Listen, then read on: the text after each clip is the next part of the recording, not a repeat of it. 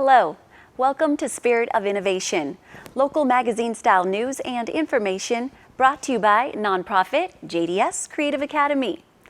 In today's episode, we learn why our children are experiencing more depression and what we can do about it.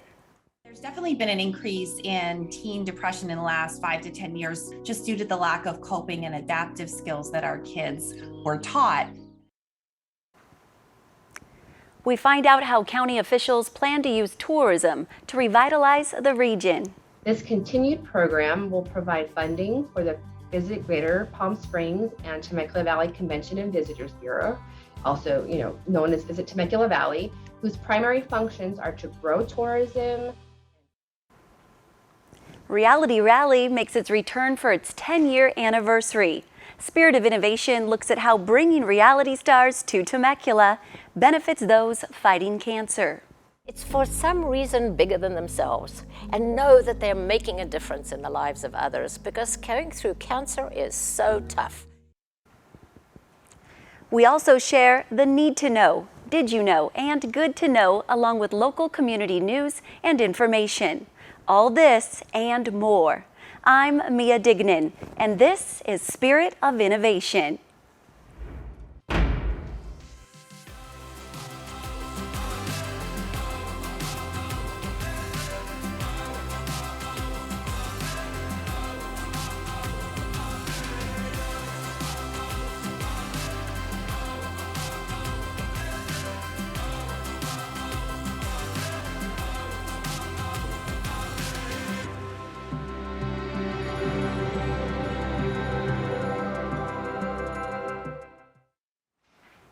Thanks for joining us. Now for the need to know. Riverside County residents struggling to meet their mortgage obligations are invited to apply for financial help through the California Mortgage Relief Program. This program is meant to provide relief payments for homeowners who haven't recovered from economic hardships caused by the COVID-19 shutdowns. The state recently designated Mead Valley an environmental justice community due to its low income status and poor air quality. This designation requires the county to implement improvements to benefit the entire community. County Supervisor Kevin Jeffrey's office is proposing the planting of hundreds of trees, and they're looking for a local nonprofit organization to help.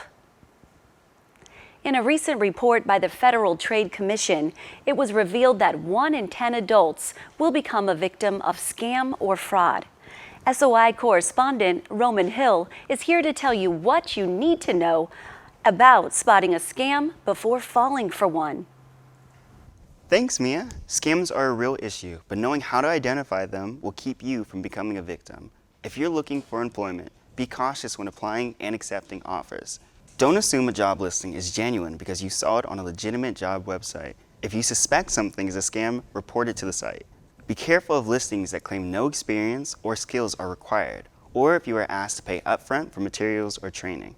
As a general rule, thoroughly research the company before applying. Phone calls are still one of the biggest avenues scammers use. In fact, in recent months, Riverside County Sheriff Department has warned residents to be aware of a scam going around in which victims are threatened with arrest if they don't send money to pay fines. Be assured that Sheriff's Department would never call asking for payment in exchange for deleting a warrant or preventing an arrest. When it comes to receiving phone calls, don't answer your phone if you don't recognize the number, and immediately block anyone that seems suspicious. If you've already answered the phone, pay attention to what's being asked of you. If anyone asks for passwords or bank details, hang up immediately. If you have any doubts at all, call the company back on their legitimate phone number. And of course, emails and text messages are another way scammers bait their victim. Don't click any links in an unsolicited email or text message. Look up the company's phone number on your own and call the company to ask if they made the request. Thoroughly examine email or web addresses. Often scammers use slight spelling differences to trick your eye and gain your trust. Be careful what you download. Never open an email attachment from someone you don't know. The FBI has already reported a growing number of COVID-19 related scams in the form of fake CDC emails and fraudulent charitable organizations. Always do your research before clicking on any links claiming to have information on the virus or donating to any charity online. Hopefully these tips will help you become more alert and take necessary precautions to ensure you don't end up a victim of fraud. Back to you, Mia. Thanks, Roman, for that helpful advice. We all need to be extra careful these days. May is Mental Health Awareness Month, which makes it the perfect time to support those who may suffer from mental illness and their families.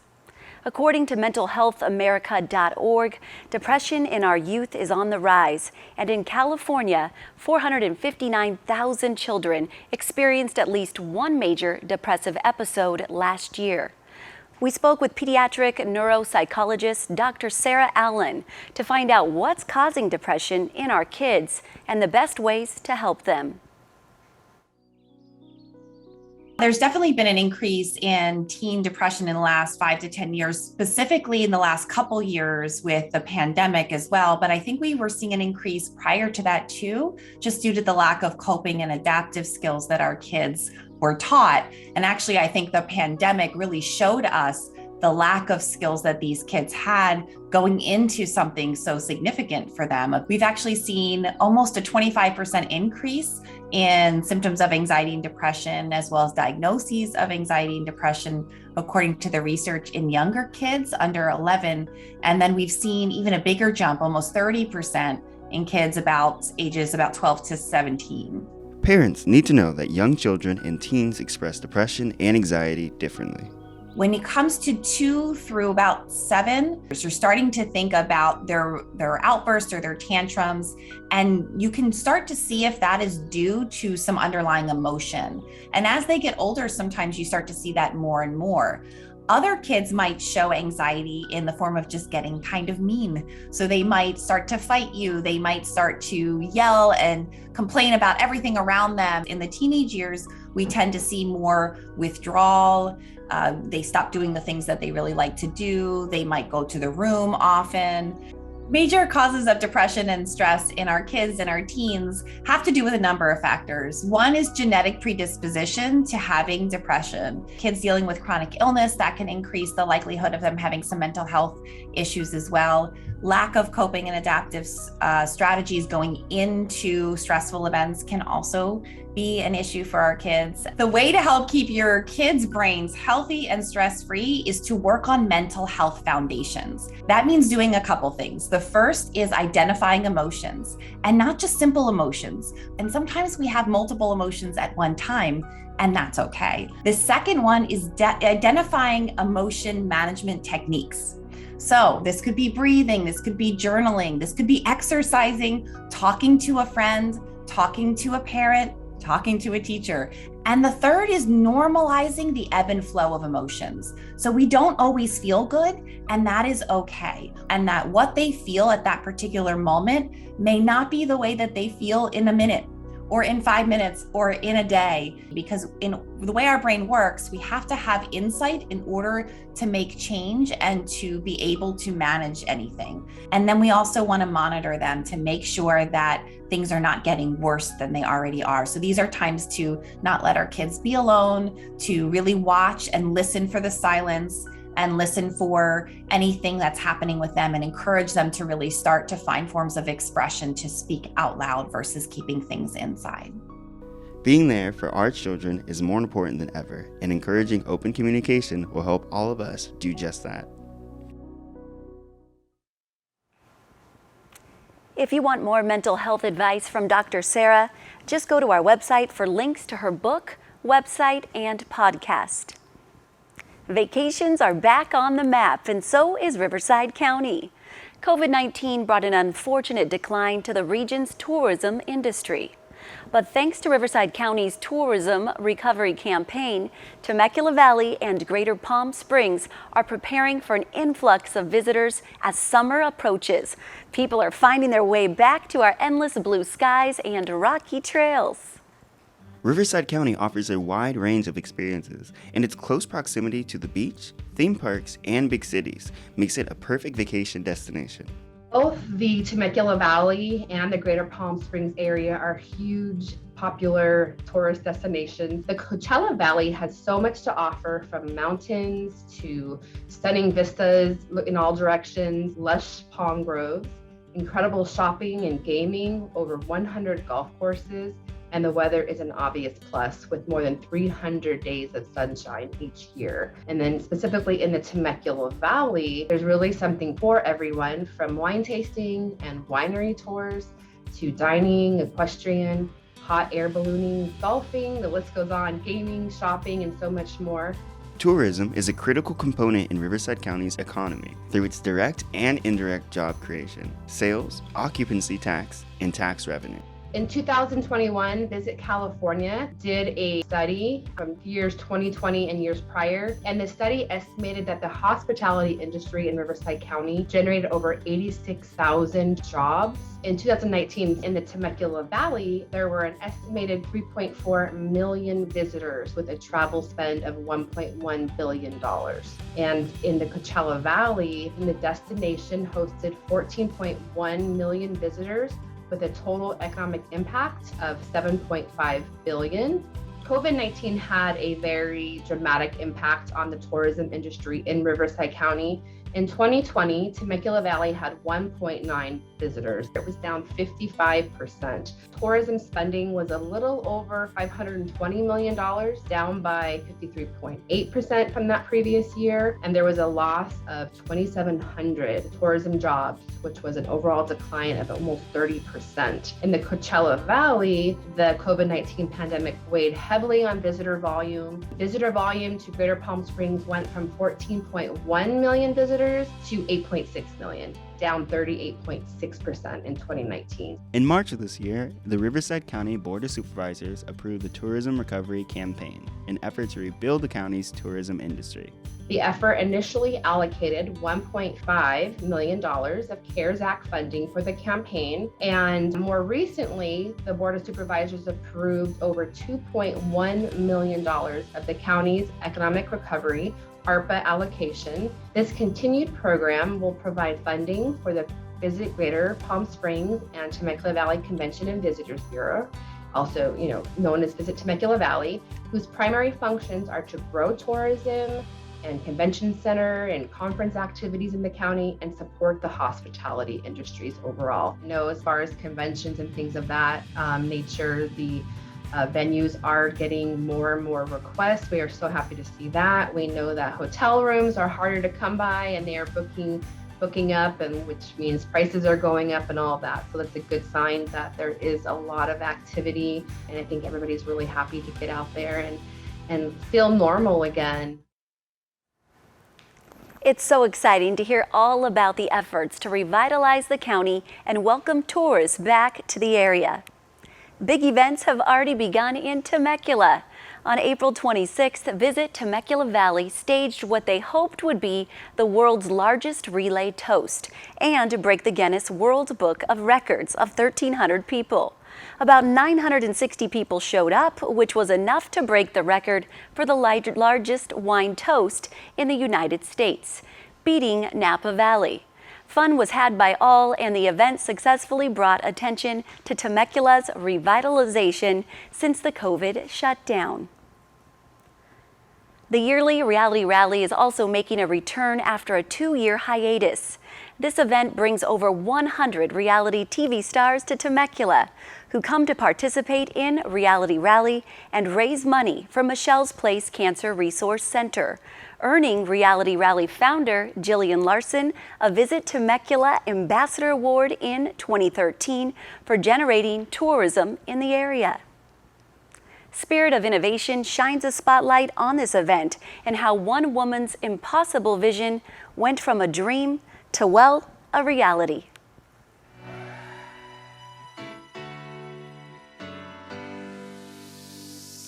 In 2008, when Jillian Larson became the oldest contestant to compete on Survivor, she knew the experience would impact her life, but she didn't anticipate how. I tried for, 8 years to get on. I got on, so I get booted off Survivor, and I have a 5-week vacation. So while I'm on this vacation, I'm walking through the jungle, and so I suddenly realized that I had this magnificent opportunity in my hands to do something with it. I realized that now we are all public figures, and I could do something. So I created Reality Rally in the jungle of Gabon while I was off for those 5 weeks. Reality Rally is now a major 3-day fundraising weekend where the public interacts with their favorite reality stars at events in Temecula's wine country and during amazing race-style challenges in the city's old town. It started off with me in the jungle of Africa, and it has grown to well over 400 volunteers. And that was a big part of the idea. What kind of fun can we have raising money for Michelle's Place, but using anybody in the town who wanted to be involved? Why did you choose exactly Michelle's Place to be the beneficiary? Michelle was a young woman who passed away at 26 because she was misdiagnosed with a breast lump when she was 19. And Michelle's Place does the most amazing work. They just celebrated their 20th year, and they have provided over 180,000 services to people at no cost to support them through that tragic, horrible, scary journey of cancer. We have raised well over $500,000 for Michelle's Place, and we intend to continue. It's for some reason bigger than themselves, and know that they're making a difference in the lives of others, because going through cancer is so tough. The reality stars who participate enjoy making this difference by parlaying their reality show fame into fundraising gold. We've had up to 110 reality stars come from a variety of shows. Survivor, Amazing Race, Big Brother, Hell's Kitchen, Chopped, Naked and Afraid. They have to raise money to be here. It's not just fun, it is fun for funds. I was doing a charity event, golf tournament at Temecula, and that's how I first heard about Reality Rally. And I just felt like jumping on board. I mean, God gives you a good platform, use it for good. I was on Supermarket Superstar, and in 2016, I was in Farmer's Market Flip. First show, Supermarket Superstar, was about home recipe and bringing it to market. And with that, I won $10,000 with my jerk barbecue sauce. The second experience was with Rosie O'Connor at Borracho Grill, and we did a farmer's market flip. Basically, we went to different stands and got ingredients in order to make a dish, and the people chose, and we won that one too. Zamora Hall has participated in Reality Rally every year since 2014. Obviously, as a woman and as a mom, it was very important to me to help with this cause. And after meeting Michelle's parents and all the people that work there and all the volunteers that help with Reality Rally, I just felt like I could also contribute. Every time I think, how can I keep doing this? It's like, oh my gosh, I'm getting older by the day. And I think, why can I not do this? Is there any reason why I cannot? I have the support of the town, of the city, of the valley, of the volunteers. Why would I want to stop doing it unless I have to? For now, it's so much easier doing a mammoth event than dealing with cancer of any kind.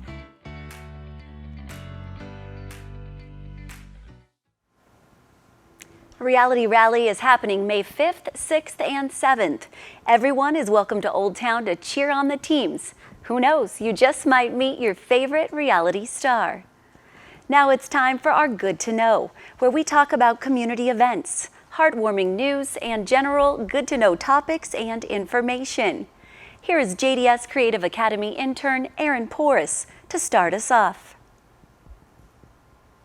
Baseball fans, don't miss out on some fun with Lake Elsinore Storm games. The exciting 2022 season is happening now through the end of summer.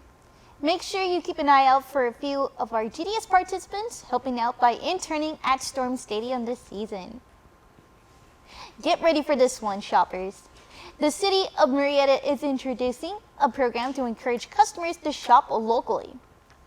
Through the Shop Local Incentive Program, the city will offer a bonus gift card to patrons when they purchase an e-gift card from participating Murrieta businesses. The program is set to launch this summer and is expected to last until the end of 2026. Do you love to walk your dog? Join the Pet Walk on Saturday, May 7th from 9 a.m. to 11 a.m. at the levee of the Diamond Stadium in Lake Elsinore. The free 1.5-mile scenic walk will begin promptly at 9 a.m. and a raffle will take place at the conclusion of the event. Don't forget to show Mom some extra TLC this Mother's Day, Sunday, May 8th. If she enjoys the outdoors, why not take her on an easy hike at Diamond Valley Lake's Wildflower Trail? It's a great way to spend some time together while getting some exercise. Entry fees are only $4 per person. Or you can go for free by visiting your local library. That's right, the Riverside County Library System is currently handing out free passes to more than 200 California state parks, lakes, beaches, and monuments. The passes can be checked out for 2 weeks and are available from every branch. The city of Temecula is proud to celebrate World Day for Cultural Diversity by hosting the first Temecula Culture Fest on Saturday, May 21st. This free community event will include live music, dancing, special performances, and food vendors. Also on May 21st, you can meet Moreno Valley's finest firefighters and police officers at the 7th Annual Public Safety Expo. This free family-friendly event offers hands-on exhibits and exciting demonstrations. It's sure to be a fun-filled day. Come help give the gift of life. Join us here at JDS Creative Academy on May 27th with Livestream Blood Bank. All donors in May and June will receive a special apron. Make your appointment today and we hope to see you here. Honor the brave men and women who have given the ultimate sacrifice on Memorial Day, Monday, May 30th. There will be a special remembrance ceremony at Wheatfield Park in Menifee, 10 a.m. till noon. Attendees will be given flowers to place around the memorial. The City of Wildomar's Memorial Day service takes place at Wildomar Cemetery District and will include the presentation of colors, keynote speakers, and the playing of taps. The City of Murrieta will also host a Memorial Day observance ceremony on Monday, May 30th at 8 a.m. It will take place at Town Square Park. The Temecula Balloon and Wine Festival is back for some more summer fun. This fun-filled 3-day event takes place June 3rd, 4th, and 5th at Lake Skinner Regional Park. You can enjoy early morning hot air balloon flights, an evening balloon glow, wine tastings, live music, craft beer as well, and over 150 vendors. Old Town Temecula has a music festival coming to town on June 11th and 12th. The huge parking lot at the Stampede will transform into a fun-filled outdoor festival featuring a large stage with national artists like Nelly, Uncle Kracker, and country artist Tyler Rich. This episode has a theme of inclusion, and we continue that with the recognition of Asian American and Pacific Islander Heritage Month. In honor of these pioneers who laid the foundation of life in America, Spirit of Innovation explores the inspiring story of the Harada House in downtown Riverside. Here's SOI team member Annette Lozano with more. This building may look like an average house in a typical neighborhood, but it holds a powerful story about a family fighting for civil rights and racial acceptance. The house was purchased by the immigrant Harada family. It took 2 years, but the Haradas prevailed in Riverside Superior Court and were allowed to keep their house. And the reason was that the house was actually deeded in the names of their American-born children, who were just toddlers at the time. So the judge ruled in favor of their 14th Amendment rights. The significance of the house lies in that it was the first case to be successful in breaking down those laws that were exclusionary and racist. In 1994, the Harada House was established as a National Historic Landmark, and in January of this year, it was declared a State Historic Landmark by the California Office of Historic Preservation. And that's important because it was actually the state of California that sued the Harada family back in 1916. So to have come full circle and receive recognition for the historic importance of this site from the state is significant. There are still communities and peoples facing racist and other exclusionary practices in society that are still not being treated with liberty and justice for all.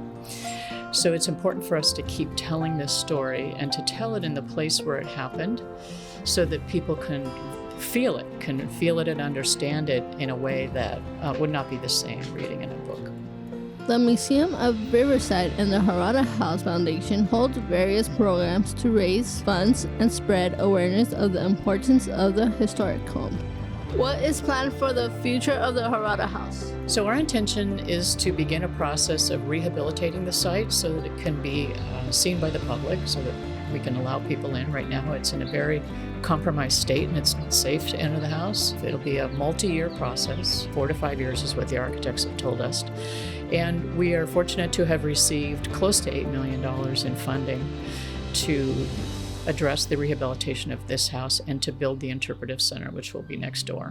Sharing stories about the challenges faced by Asian immigrants in Riverside County can help preserve their heritage and pave the way towards a better future for all. If you would like to learn more about the Harada House and ways to get involved, visit our website for more information, as well as links to other stories about Asian American history in Riverside County. We are still celebrating over here at JDS Creative Academy after recently being recognized by the Temecula Valley Chamber as the Nonprofit of the Year as the Emerald 2021 Award. JDS finds joy in serving our community and building pathways for others. Congratulations to all the other nominees and winners. Digifest 2022, Temecula Valley's biggest 3-day digital media festival, was a huge success. Thank you to all of our sponsors, the JDS Creative Academy team, our keynote speakers and performers, and to all of those that attended and submitted entries. Big congratulations to the Digi Award winners. Check out this video capturing the weekend's highlights.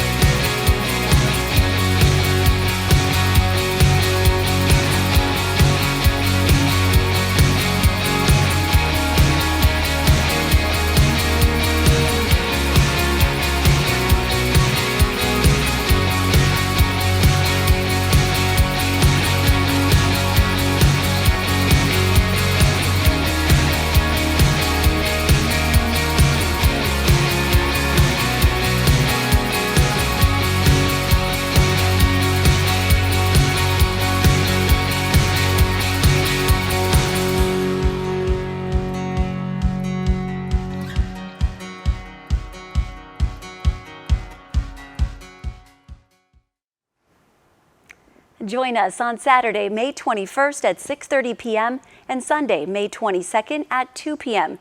here at the JDS Studios for the JDS Creative Academy Spring Showcase, which includes the production of West Side Story and designs from the Spring Fashion Design class. Check out this sneak peek.